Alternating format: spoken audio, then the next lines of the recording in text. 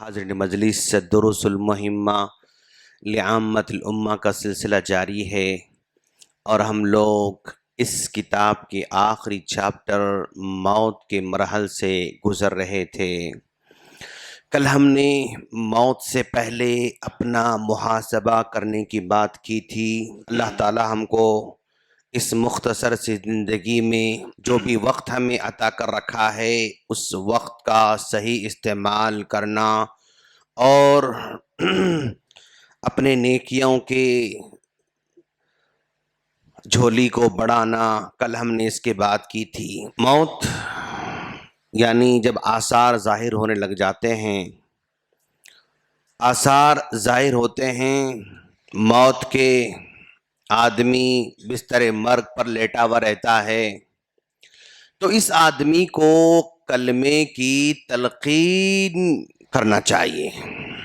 کلمے کی تلقین مطلب اس کے بازو بیٹھ کر اس کو سنائی دے اتنی آواز میں لا الہ الا اللہ، لا الہ الا اللہ محمد الرسول اللہ، کلمے کی تلقین کرنا چاہیے۔ اور اس سے یہ نہیں کہنا چاہیے کہ تم پڑھو، تم کلمہ پڑھو، تم کلمہ پڑھو، یہ نہیں کہنا چاہیے۔ بس اس کے بازو یعنی کلمے کو سنائی دے، اس کو یاد آ جائے، ریمائنڈر کے طور پر وہاں پر کلمے کا تذکرہ کرنا چاہیے۔ اگر ہم نے اس کو فورس کیا کلمہ پڑھنے کے لیے، ہم نے ذرا تھوڑا سا بھی زبردستی کی اور اگر وہ اس وقت اگر وہ انکار کر دے تو پھر مکمل کفر میں داخل ہو جا سکتا ہے۔ تو لہذا اس کو کفر میں داخل کرنے کے بجائے اس کو آواز دیں، بس کلمے کی آواز اس کو سنائی دے، تو یہاں پر کلمے کی تلقین اس کو کرتے رہنا چاہیے۔ جب یہ آخری مرحلہ ہوتا ہے اس وقت بندے کے یعنی اعضاء دھیرے دھیرے شل ہوتے جاتے ہیں، اس کے پیر ٹھنڈے ہونا شروع کر دیتے ہیں، باڈی ٹھنڈی ہونا شروع کرتی ہے، پھر جو ہے اس کے ہاتھ ٹھنڈے ہونا شروع کرتے ہیں، اسی طرح اس کی باڈی دھیرے دھیرے ٹھنڈی ہو جاتی ہے، حرکت یعنی مکمل بند ہوتے جاتی ہے۔ آخری مرحلے میں یعنی جو یعنی آنکھیں بھی بس سیدھے ہو جاتی ہیں اور منہ بھی دھیرے دھیرے ایسے ہی کھلا رہ جاتا ہے، تو وہاں پر اس کو چمچے سے سپون سے پانی بھی ڈالتے رہنا چاہیے اس کے منہ میں، کیونکہ آخری مرحلے میں سخت پیاس اور جو ہے سخت اس کو گرمی کا احساس ہوتا ہے، شدت کے ساتھ اس کو پیاس لگتی ہے، تو اس کو وہاں پر سپون سے تھوڑا تھوڑا پانی بھی پلاتے رہنا چاہیے۔ اگر کسی آدمی کی زبان پر مرنے سے پہلے اگر کلمہ اگر آ جائے، کلمہ نصیب ہو، تو پیارے نبی صلی اللہ علیہ وسلم نے فرمایا وہ نجات پا جائے گا۔ اب یہ کلمہ جو آج پڑھ رہا ہے بندہ، یعنی ایسے ہوتا ہے کہ بھائی ہوش میں آتا ہے پھر بے ہوش ہو جاتا ہے، ہوش میں آتا ہے پھر بے ہوش ہوتا ہے، ایسی بھی جو ہے کیفیت ہوتی ہے۔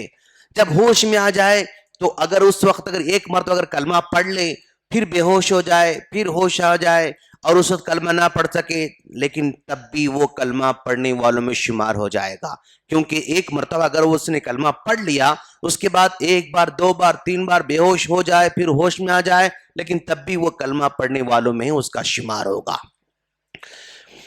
تو آج کل کی بیماریاں ایسی ہیں کہ بھائی وینٹیلیٹر پر اس کو لگایا جا رہا ہے، آکسیجن لگائی جا رہی ہے، اور وہ وینٹیلیٹر کبھی کبھی ایک دن چلتا ہے، دو دن چلتا ہے، ہفتہ چلتا ہے، مہینہ تک بھی چلتا ہے، دو مہینے تک بھی چلتا ہے۔ اس 2 مہینے کی مطلب ایک ہفتے کی پوری مدت میں، 15 دن کی مدت میں اور مہینے کی مدت میں کبھی ہوش ہی نہیں آتا اس کو، ایسا بھی ہوتا ہے۔ 2 مہینے تک ہوش میں نہیں، ایسے بھی ہو سکتا ہے۔ تو دیکھیے سب سے امپورٹنٹ چیز یعنی جیسے ہی بندہ ذرا سا بھی مطلب جو ہے یعنی ایسے نازک حالات میں پہنچے تو خود پہلے کوئی سناؤ مت سناؤ، کوئی بولے نہ بولے، ہمیں کلمے کا اہتمام کرتے رہنا چاہیے۔ کیوں؟ اب یہ بے ہوش ہو گیا، پھر ہوش میں آئے گا نہیں آئے گا کوئی گارنٹی نہیں، پھر وہ ٹھیک ہوگا نہیں ہوگا کوئی گارنٹی نہیں. اسی لیے ہمیشہ یعنی جیسے ہی ہم ذرا سا بیمار ہو جائیں تو ہمیں کلمے کا اہتمام کرنا چاہیے. ہمارے والدین بزرگ ہوتے ہیں، بوڑھے ہوتے ہیں اور ذرا سا بیمار ہو جاتے ہیں تو ہم وہاں پر ان کو بھی کلمے کی تلقین کرنا چاہیے.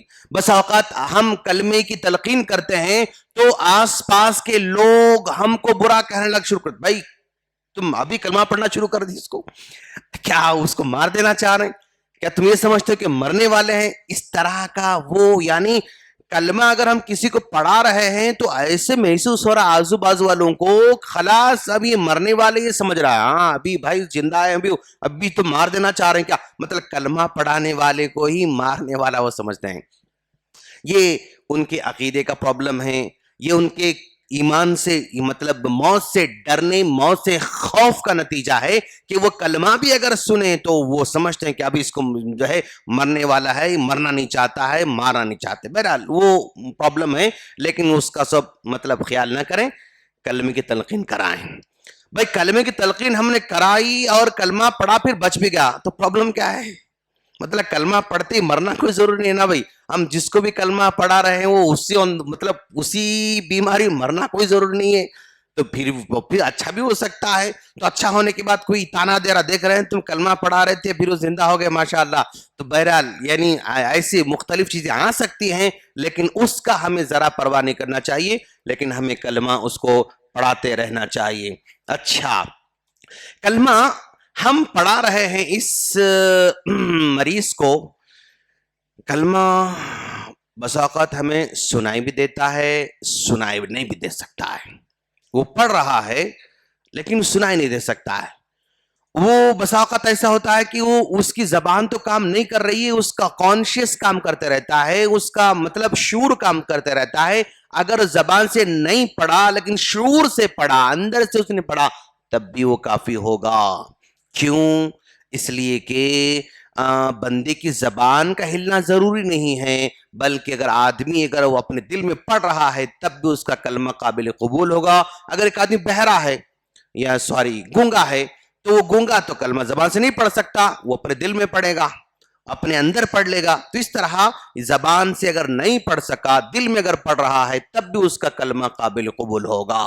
اگر اللہ کے رسول صلی اللہ علیہ وسلم نے فرمایا آدمی کے خاتمہ بالخیر ہونے کی علامت یہ بھی ہے کہ وہ کلمہ اگر پڑھ رہا ہے تو خاتمہ بالخیر ہے، اور اس کے پیشانی پر پسینہ آ رہا ہے، اس کی پیشانی پر پسینہ آ رہا ہے تو یہ بھی خاتمہ بالخیر کی علامت ہے.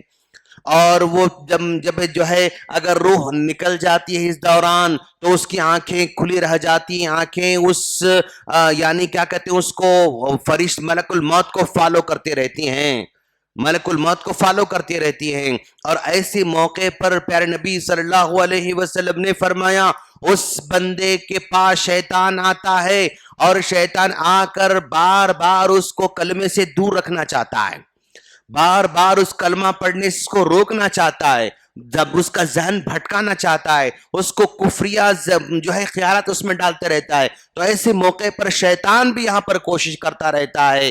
تو ایسے موقع پر ہم کلمے کو یاد دلاتے رہیں گے تو وہ شیطان کے ورغلانے سے، شیطان کے بہکاوے سے بچ بھی سکتا ہے. ملک الموت یہاں پر آیا ہوا ہے، شیطان بھی یہاں پر آیا ہوا ہے، نیک اور صالح لوگ ہیں تو اس کو فرشتے ملک الموت یعنی فرشتے نظر بھی آتے ہیں. یعنی آپ نے دیکھا ہوگا کہ بہت سارے نیک لوگ ہیں مرنے سے پہلے مطلب کل مرنے والے ہیں، پرسوں مرنے والے ہیں، ابھی سے کبھی کبھی بولتے ہیں کہ بھائی تم لوگ جو ہٹ جاؤ، کچھ لوگ وائٹ لوگ میرے پاس آ رہے ہیں، کچھ سفید لباس والے میرے پاس آ رہے ہیں. یعنی اس کو اس بات کا ذرا احساس بھی ہو جاتا ہے. اور نیک اور صالح آدمی کو یعنی مرنے سے پہلے اس کو یقین ہو جاتا ہے کہ اب میں مرنے والا ہوں. جیسا کہ اللہ کے رسول صلی اللہ علیہ وسلم جو ہے کو یقین ہو گیا تھا اب میں اس سفر سے نکل جانے والا ہوں. اور اللہ کے رسول کو یعنی اختیار دیا گیا تھا، اللہ کا رسول اگر آپ آنا چاہ رہے ہیں تو اب آپ کو آنا ہے، آ سکتے ہیں آپ. اگر آپ زندہ رہنا چاہ رہے ہیں اور زندہ رہنے کا موقع بھی اللہ کے رسول کو دیا گیا.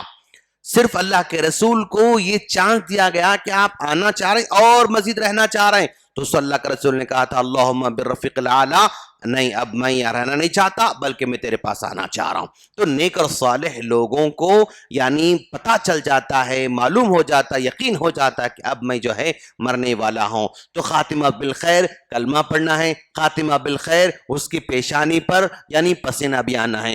اس وقت اس کی روح قبض ہوتی ہے تو اس کے آنکھوں سے بھی قبض ہو سکتی ہے، اس کے زبان سے بھی روح قبض ہو سکتی ہے۔ آنکھوں سے ہو جائے تو آنکھیں کھلی رہ جاتی ہیں، زبان سے منہ سے اگر جو ہے روح قبض ہو جائے تو اس کا منہ کھلا ہو جاتا ہے۔ دو طریقے سے بھی روح یہاں سے جو ہے نکل سکتی ہے، اور مومن بندے کے جسم سے روح ایسے نکلتی ہے جیسے یعنی مسکے میں سے بال نکل کر آ جاتا ہے، لیکن اگر بندہ نافرمان ہے تو اس کے جسم سے روح ایسے نکلتی ہے جیسے ریشم کے کپڑے کو کسی کانٹے والے درخت پر ڈال دیا جائے اور کھینچا جائے تو وہ ریشم تار تار نکلنا شروع کر دیتے ہیں، اتنی زبردستی سے اس کی روح جو ہے نکلتی ہے۔ جب روح نکلتی ہے تو اس کی آنکھیں بند کرنا چاہیے اور اس کا منہ بھی باندھ کے بند کر دینا چاہیے، اور اس کے دونوں ہاتھوں کو سینے پر رکھنا چاہیے، اور اس کے دونوں پیروں کو بھی انگوٹھوں کو باندھ دینا چاہیے تاکہ وہ پھر جو ہے پھیلے نہ رہ سکیں، اس لیے کہ اسی وقت اگر ہم باندھ دیتے ہیں تو پیر سیدھے رہتے ہیں، اگر ہاتھ اسی وقت ہم سیدھا کرتے ہیں تو صحیح رہتے ہیں، اگر اسی وقت اس کے منہ کو سر سے رسی سے باندھ دیا جائے یا کوئی اور چیز سے باندھ دیا جائے تو منہ بند رہتا ہے، ورنہ منہ ہمیشہ کھلا رہ جاتا ہے، آنکھیں کھلی رہ جاتی ہیں اگر بند کرنے میں تاخیر کیا جائے تو۔ جب یہ نکل جاتا ہے اس پر اللہ کے رسول جب انتقال کر گئے تو اوپر دھاری دار چادر ان کو اڑا دی گئی، اور پھر صحابہ کرام آتے گئے جو ہے دیکھتے گئے۔ اسی طرح کسی کے انتقال ہونے کے بعد انا للہ و انا الیہ راجعون پڑھ کر ہم اب دوسروں کو خبر دے سکتے ہیں، اور آج کل خبر دینے کے ذرائع بہت زیادہ ہیں، اور جیسے ہی خبر آتی ہے تو لوگ کال کر کے بس یہ پوچھتے ہیں کہ تدفین کب ہے، تدفین کب ہے۔ جیسے ہی لوگوں کو خبر مل جاتی ہے تو سب سے پہلے یہ جاننا چاہتے ہیں ان کو دفن کب کیا جا رہا ہے، مطلب زمین پر اور جو ہے رہنے کے بارے میں اور رکھنے کے بارے میں کوئی سوال نہیں کرتا، سب سے پہلے تدفین کے بارے میں سوال کرتا ہے۔ ہر آدمی تدفین کے بارے میں سوال کرتے رہتا ہے۔ الغرض یہ بندہ چلا جاتا ہے دنیا سے، اس کے بعد کیا احکامات انشاءاللہ پھر ہم اگلے درس میں بیان کریں گے۔ اللہ سے دعا ہے اللہ تعالی ہم تمام کو آنکھیں بند ہونے سے پہلے، سانس بند ہونے سے پہلے کلمہ نصیب کرے، کلمہ پڑھنے کی توفیق عطا فرمائے، آمین۔ السلام علیکم ورحمۃ اللہ وبرکاتہ۔